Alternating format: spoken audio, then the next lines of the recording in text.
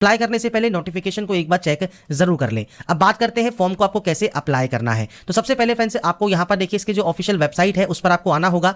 यहां पर आने के बाद दो ऑप्शन है, लॉगिन या क्रिएट एन अकाउंट। अगर आप पहले से रजिस्टर कैंडिडेट है तो लॉगिन कर सकते हैं, पहली बार रजिस्ट्रेशन कर रहे हैं तो क्रिएट एन अकाउंट वाले ऑप्शन पर क्लिक करेंगे।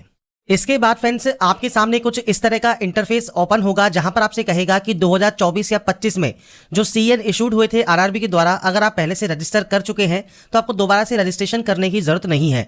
अगर आप पहली बार रजिस्ट्रेशन कर रहे हैं तो ही आप इस ऑप्शन का यूज करेंगे, बाकी आप डायरेक्टली लॉगिन कर सकते हैं। अगर आप पहली बार रजिस्ट्रेशन कर रहे हैं तो रजिस्ट्रेशन करने के लिए सबसे पहले नेशनलिटी सेलेक्ट कीजिए। इसके बाद कुछ बेसिक जानकारी आपको एंटर करनी है। मैं आपको यहाँ पर सिर्फ डेमो शो कर रहा हूँ। सबसे पहले आप यहाँ पर एंटर करेंगे आपका पूरा नाम और इसके बाद आप यहाँ पर इसे रीटाइप भी करेंगे। इसके बाद आता है आपका यहाँ पर आपने कभी अपना नाम कभी चेंज किया है तो आप यहाँ पर यस कर सकते हैं। आपके पास गैजेट नोटिफिकेशन होनी चाहिए लीगल आपके नेम चेंज करने की, तो अपना नाम चेंज किया हुआ आप दे सकते हैं। यहाँ पर जो नाम आएगा वो आपके 10th के मार्कशीट या सर्टिफिकेट के अकॉर्डिंग ही आएगा। अगर आपने अभी तक अपना कोई नाम चेंज नहीं किया है सिंपली नो कर सकते हैं। इसके बाद है डेट ऑफ बर्थ। तो इस कैलेंडर पर जाइए, आपकी जो भी डेट ऑफ बर्थ है वो आप सेलेक्ट कर सकते हैं और यहाँ पर आपको आपकी डेट ऑफ बर्थ टाइप करना होगा। इसके बाद आपका जेंडर ऑप्शन है, जेंडर को सेलेक्ट कीजिए। आपका फादर नेम और मदर नेम आपको देना है, आपकी पर्सनल इंफॉर्मेशन है जो कि आप प्रोवाइड करेंगे। ऐसे ही आपकी मेल एड्रेस आपको देना है, मोबाइल नंबर देना है और ध्यान रखिएगा ये आपके एक्टिव एंड वैलिड होने चाहिए, क्योंकि जब आप जनरेट ईमेल ओटीपी करेंगे तो आपके मेल आईडी पर और आप मोबाइल ओटीपी करेंगे तो मोबाइल नंबर पर एक ओटीपी आएगी, वो ओटीपी आपको सिंपली यहाँ पर टाइप करना होगा। इसके बाद आता है वेरिफिकेशन। अब वेरिफिकेशन फ्रेंड्स आप डिजिलॉकर के माध्यम से कर सकते हैं या आधार कार्ड के माध्यम से करना चाहें तो आप आधार कार्ड के माध्यम से कर सकते हैं। आपके 12 डिजिट का आधार कार्ड नंबर दीजिए, गेट आधार ओटीपी कीजिए तो आपके आधार कार्ड पर रजिस्टर्ड मोबाइल नंबर है उस पर एक ओटीपी आएगा, वो ओटीपी यहां पर डालकर आप वेरीफाई कर सकते हैं। इसके बाद आपको यहां पर सिंपली कंफर्म करना है। कंफर्म करने के बाद आपको एक पासवर्ड क्रिएट करना है। पासवर्ड कैसा होना चाहिए? पासवर्ड में देखिए capital letter, small letter, special character और नंबर्स आपके होना जरूरी है। पर क्रिएट करने के बाद आपको friends I am not a robot पर क्लिक करना है और preview and create an account कर लेना है, जिससे आपका जो अकाउंट है वो क्रिएट हो जाएगा। अब ये तो कंडीशन हो गई कि अगर आपने आज तक रजिस्ट्रेशन नहीं किया है, आप अपना रजिस्ट्रेशन कुछ बेसिक स्टेप के साथ कंप्लीट कर सकते हैं। पर अगर आप पहली बार रजिस्ट्रेशन कर रहे हैं तो आप लॉगिन हियर वाले ऑप्शन पर क्लिक करेंगे। आधार कार्ड के साथ या आपके आरआरबी अकाउंट के साथ आप लॉगिन कर सकते हैं। आपके मोबाइल नंबर को एंटर कीजिए, आपके पासवर्ड को एंटर कीजिए, I am not a robot पर क्लिक कीजिए और लॉगिन कर लीजिए। और मान लीजिए आप पासवर्ड भूल गए हैं तो फॉरगेट पासवर्ड का ऑप्शन भी है। अपने mobile number and date of birth के साथ आप अपना जो पासवर्ड है वो दोबारा से यहां पर रीजनरेट कर सकते हैं। इसके बाद आपको सिंपली यहां से लॉगिन करना होगा। लॉगिन करने के बाद फ्रेंड्स 2 फैक्टर ऑथेंटिकेशन आपके सामने ऑप्शन आ जाता है। तो यहां पर फ्रेंड्स आपको अब आपका ऑथेंटिकेशन करना है। तो आपके फ्रेंड्स मोबाइल नंबर पर या मेल एड्रेस पर आप ओटीपी मंगवा सकते हैं। वो ओटीपी आपको सिंपली यहां पर टाइप करना है और उसके बाद यहां से लॉगिन कर लेना है। जैसे ही आप अपने पोर्टल पर लॉगिन होते हैं, डैशबोर्ड आपके सामने ओपन होगा, ऑनलाइन एप्लीकेशन वाला ऑप्शन मिलेगा।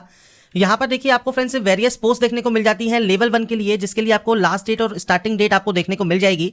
अब सबसे पहले आपको यहां पर सेलेक्ट करना होगा आरआरबी। आप यहां से जिस भी आरआरबी में सेलेक्ट करना चाहें, अप्लाई करना चाहें, आप उसे सेलेक्ट कर सकते हैं। आप इन दोनों ऑप्शंस को टिक करेंगे कि आपने सीएन जो कि नोटिफिकेशन है वो ध्यान से पढ़ लिया है। इसके बाद आप नेक्स्ट स्टेप पर क्लिक करेंगे। नेक्स्ट स्टेप पर आने के बाद फ्रेंड्स अब आपको यहां पर कुछ बेसिक जानकारी फिल करनी है, जिसमें सबसे पहले रहेगा मैरिटल स्टेटस। इसके बाद आपका रहेगा रिलीजन। इसके बाद है आपकी मदर टंग, आप यहां से सेलेक्ट कर सकते हैं। आपका चॉइस ऑफ लैंग्वेज, आप किस लैंग्वेज में अपना एग्जाम कंडक्ट कराना चाहते हैं वो आप देंगे। आपका परमानेंट विजिबल मार्क, मतलब जैसे कोई भी कट का निशान है, कोई मोल है, कोई बर्न का निशान है आपके चेहरे पर, हाथ पर, पैर पर, आप उसकी जानकारी दे सकते हैं। इसके बाद आता है कम्युनिटी। अब देखिए जनरल कैटेगरी में कोई ऑप्शन आपका फर्दर ऑप्शन नहीं आता है। अगर आप आते हैं मान लीजिए ओबीसी कैटेगरी में तो आपसे कहता है कि एससी एसटी ओबीसी के लिए सेंट्रल गवर्नमेंट का सर्टिफिकेट आपके पास होना चाहिए। आप यहां पर आई अंडरस्टैंड करेंगे। आपके पास नॉन क्रीमिलियर सर्टिफिकेट होना जरूरी है और ध्यान रखिएगा 1/4/2025 के बाद का और क्लोजिंग डेट से पहले का आपके पास सर्टिफिकेट होना जरूरी है। इसके बाद आपको कास्ट का नाम देना है, आपकी जाति का नाम देना है, आपका कम्युनिटी सर्टिफिकेट नंबर देना है, इशूइंग अथॉरिटी कौन सा है वो आपको सेलेक्ट करना होगा और उसके बाद किस स्टेट या यूटी से ये आपका इशू हुआ है और आपका सर्टिफिकेट इशू डेट क्या है वो आपको यहां पर प्रोवाइड करना है। आपके अकॉर्डिंग जो भी आप डेट यहां पर सेलेक्ट करना चाहते हैं वो अपने अकॉर्डिंग आप यहां पर सेलेक्ट कर सकते हैं। इसके बाद आता है फ्रेंड्स नेक्स्ट ऑप्शन जो कि है फ्रेंड्स मान लीजिए आपका है ईडब्ल्यूएस सर्टिफिकेट। तो ये भी फ्रेंड्स आपका देखिए 1/4/2025 के बाद का और 3/2/2026 से पहले का आपका होना चाहिए। ईडब्ल्यूएस का सर्टिफिकेट नंबर, इशूइंग अथॉरिटी कौन है और सर्टिफिकेट इशू डेट आप मेंशन करेंगे। अब आता है एससी या एसटी। अब इसमें फ्रेंड्स कंडीशन क्या है कि आपका फ्रेंड्स जो कास्ट का नाम आप देंगे, सर्टिफिकेट नंबर देंगे, किसने ये इशू किया है वो आपको देना होगा और उसके बाद आपका स्टेट आप जब आप यहां पर एंटर करते हैं तो आपके बाद आता है आपका इशूइंग डेट, तो आपको इशूइंग डेट दे देना है। इसके बाद आता है फ्री ट्रेवलिंग पास, आपको चाहिए नहीं चाहिए। अगर आपको फ्री ट्रेवलिंग पास चाहिए तो आप यस कर सकते हैं।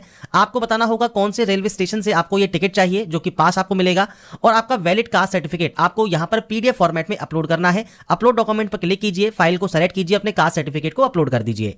इसके बाद आता है एड्रेस। मैंने सिर्फ यहाँ पर डेमो शो किया हुआ है। आपका जो भी स्टेट या यूटी है वो आप सेलेक्ट करेंगे, डिस्ट्रिक्ट सेलेक्ट करेंगे, पूरा एड्रेस आप देंगे, आपका नियरेस्ट सिटी या मेजर टाउन कौन सा है, पिन कोड क्या है, ये आपको देना है। ये है आपका प्रेजेंट एड्रेस और ये है आपका परमानेंट एड्रेस। अगर ये अलग अलग है तो आप अलग अलग एंट्री करेंगे, सेम है तो आप टिक का ऑप्शन है, आप टिक करेंगे ऑटोमेटिक कॉपी हो जाएगा। इसके बाद इस डाटा को सेव करने के बाद नेक्स्ट स्टेप पर जा सकते हैं।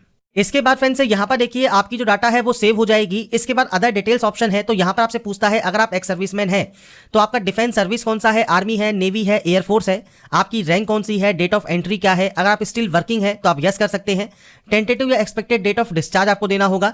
अगर आप अभी वर्किंग में नहीं है तो आपका डेट ऑफ डिस्चार्ज आपको देना है, रीजन ऑफ डिस्चार्ज देना है, डिस्चार्ज सर्टिफिकेट नंबर देना है, और आपने मान लीजिए री एम्प्लॉयमेंट ले लिया है एज ए एक्स सर्विसमैन या नहीं लिया है वो जानकारी आपको प्रोवाइड करनी होगी।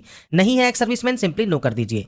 पीएच कैटेगरी से बिलोंग करते हैं तो टाइप ऑफ डिसेबिलिटी कौन सा है, सब टाइप ऑफ डिसेबिलिटी कौन सा है, तो जब आप ये सेलेक्ट करेंगे उसके बाद ही ये ऑप्शन आपका आएगा। परसेंटेज ऑफ डिसेबिलिटी क्या है, PH certificate number, issue date और यूडीआईडी नंबर आपको प्रोवाइड करना होगा। नहीं है तो आप इसमें भी नो कर सकते हैं। इसके बाद आपकी राइटिंग एबिलिटी अफेक्टेड है या नहीं है वो जानकारी आपको देनी है। इसके बाद आता है ईबीसी, इकोनॉमिकल बैकवर्ड क्लास। अगर आप इस क्लास से बिलोंग करते हैं तो आपको चीज ध्यान रखनी है कि अगर आपकी फैमिली की एनुअल इनकम 50,000 या उससे कम है या आपके पास बीपीएल कार्ड है तो उस कंडीशन में आपको यहां पर जो रिजर्वेशन है मिलेगा। आपको सिर्फ रिजर्वेशन मिलता है फीस में छूट का, इसके अलावा कोई और रिजर्वेशन आपको नहीं मिलेगा। तो आपको टाइप ऑफ डॉक्यूमेंट सेलेक्ट करना है और उससे रिलेटेड जानकारी आपको देनी होगी, नहीं तो आप यहां पर नो कर देंगे। इसके बाद फ्रेंड्स आपसे यहां पर पूछता है आप एम्प्लॉय हैं इंडियन रेलवेज में। अगर आप इंडियन रेलवेज में एम्प्लॉय हैं तो यस कर सकते हैं, नहीं है तो आप यहां पर नो करेंगे। जैसे ही आप यहां पर नो करेंगे आपसे पूछेगा करंट एम्प्लॉयमेंट। अगर आप सेंट्रल गवर्नमेंट में है, स्टेट गवर्नमेंट में है, पीएसयू में है तो आप दे सकते हैं जानकारी, नहीं है तो आप सिंपली इसमें भी नॉट एप्लीकेबल कर देंगे। इसके बाद आता है bank detail for refund of fees. तो यहां पर देखिए जो फीस जो आपको रिफंड होगी वो किस अकाउंट में आपको चाहिए। तो सबसे पहले अकाउंट होल्डर नेम देना है, आपके बैंक का अकाउंट नंबर देना है, बैंक का आईएफएससी कोड देना है, और ये सारी जानकारी बैंक की पासबुक के फर्स्ट पेज पर आपको देखने को मिल जाएंगी। तो उसके अकॉर्डिंग जानकारी को एंटर करें, सेव करें और नेक्स्ट स्टेप पर क्लिक करें। इसके बाद फ्रेंड्स नेक्स्ट ऑप्शन आता है आपकी क्वालिफिकेशन का। आप देखिए क्वालिफिकेशन में सबसे पहले यहां पर देखिए 10th आपके पास है, एनएसी है, आईटीआई है, 10+2 है, बैचलर डिग्री है, मास्टर डिग्री है, मल्टीपल ऑप्शंस आपको मिलते हैं। सबसे पहले आपको 10th की एंट्री करनी होगी। 10th ऑप्शन को आप सेलेक्ट करेंगे क्योंकि हमने 10th को पहले से ही ऐड किया हुआ है। अगर आपको ये ऐड दिखता है तो आप इस एडिट वाले ऑप्शन पर जा सकते हैं। किस स्टेट से आपके पास क्या है, डिस्ट्रिक्ट कौन सा है, बोर्ड का नाम क्या है, डेट ऑफ पासिंग कौन सा है, आपका रोल नंबर क्या है और सर्टिफिकेट नंबर या सीरियल नंबर आपका क्या है 10th का, वो आप यहां पर प्रोवाइड करके इसे अपडेट कर देंगे। ऐसे ही अगर मान लीजिए आपने सिर्फ 10th की हुई है तो आप 10th की एंट्री करने के बाद नेक्स्ट स्टेप पर जा सकते हैं। अगर मान लीजिए आपने आईटीआई से फॉर्म को अप्लाई कर रहे हैं तो आईटीआई में आपको ट्रेड का ऑप्शन मिलेगा, एनी डिसिप्लिन का, स्टेट का ऑप्शन मिलेगा, आपके डिस्ट्रिक्ट का ऑप्शन मिलेगा, इंस्टीट्यूट का नाम, आपका date of passing, certificate NCVT या एससीवीटी अप्रूव्ड है और सर्टिफिकेट टाइप आपका कौन सा है वो आपको सेलेक्ट करना होगा। अगर आपने एनएसी किया हुआ है तो आप एनएसी सेलेक्ट कर सकते हैं, ट्रेड सेलेक्ट करेंगे, सेम आपने किस स्टेट से पास किया है, डिस्ट्रिक्ट कौन सा है, इंस्टीट्यूट क्या है, सेम सर्टिफिकेट नंबर क्या है, सर्टिफिकेट इशूड बाय एनसीवीटी और सर्टिफिकेट टाइप आपको सेलेक्ट करना होगा। तो ये आपके ऊपर डिपेंड करता है आपने क्या क्या हुआ है। आपने केवल 10वीं पास किया है तो 10वीं पे अप्लाई कर सकते हैं, आईटीआई भी किया है तो आईटीआई से अप्लाई कर सकते हैं, एनएसी किया है तो एनएसी से अप्लाई कर सकते हैं। इसके बाद आप यहां पर नेक्स्ट स्टेप पर क्लिक करेंगे। इसके बाद फ्रेंड्स नेक्स्ट ऑप्शन आता है अपलोड डॉक्यूमेंट्स का। तो यहां पर फ्रेंड्स आपको देखिए फोटोग्राफ एंड सिग्नेचर अपलोड करने हैं। अब यहां पे ध्यान रखिएगा जो फोटोग्राफ आप अपलोड करते हैं वो दो तरीके से करेंगे। आप या तो लाइव इमेज आप कैप्चर कर सकते हैं वेब कैमरा के माध्यम से, तो आपको यहां पर इस तरह का ऑप्शन मिलेगा कैप्चर लाइव इमेज का, और आपको पूछता है अगर आप ट्विन है तो आप यहां पर यस या नो कर सकते हैं। अगर ट्विन नहीं है तो कैप्चर लाइव इमेज पर क्लिक कीजिएगा। आपका जो वेब कैमरा है उसमें फ्रेंड्स इस तरह का जो एक लाल घेरा है इसमें आपको फ्रेंड्स आपका जो चेहरा है वो आपको यहां पर रखना है और आपको फ्रेंड्स ब्लिंक करना है और उसके बाद आपको कैप्चर करना है आपकी लाइव फोटो।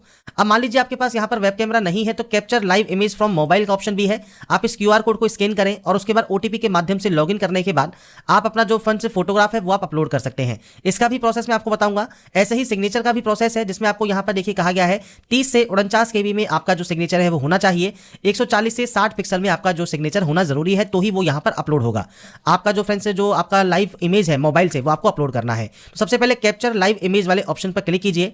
आपके मोबाइल से सबसे पहले इस क्यूआर कोड को स्कैन कीजिए। इसके बाद फ्रेंड्स आपके मोबाइल पर आपका जो फ्रेंड्स डैशबोर्ड है आप लॉगिन कर लेंगे कि जब आप ओटीपी से वेरीफाई कर लेंगे तो आपके सामने कुछ इस तरह का इंटरफेस आ जाएगा जहां पर आपको अलाउ करना होगा कैमरा को, और कैमरा को अलाउ करने के बाद आप अपना कैमरा यूज कर सकते हैं।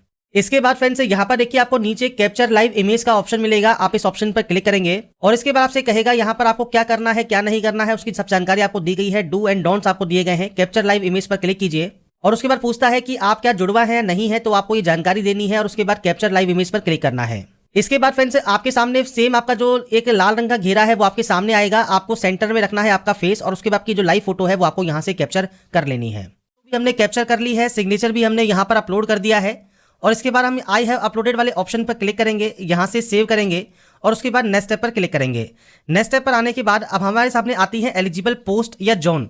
तो यहाँ पर देखिए आपके सामने जितने भी पोस्ट आ रही हैं, जोन आ रही हैं, ये कैसे आ रहे हैं, तो आपने जो भी डिटेल्स यहाँ पर फिल की है उनके अकॉर्डिंग ऑटोमेटिक आपके सामने यहाँ पर ऑप्शंस आ जाएंगे।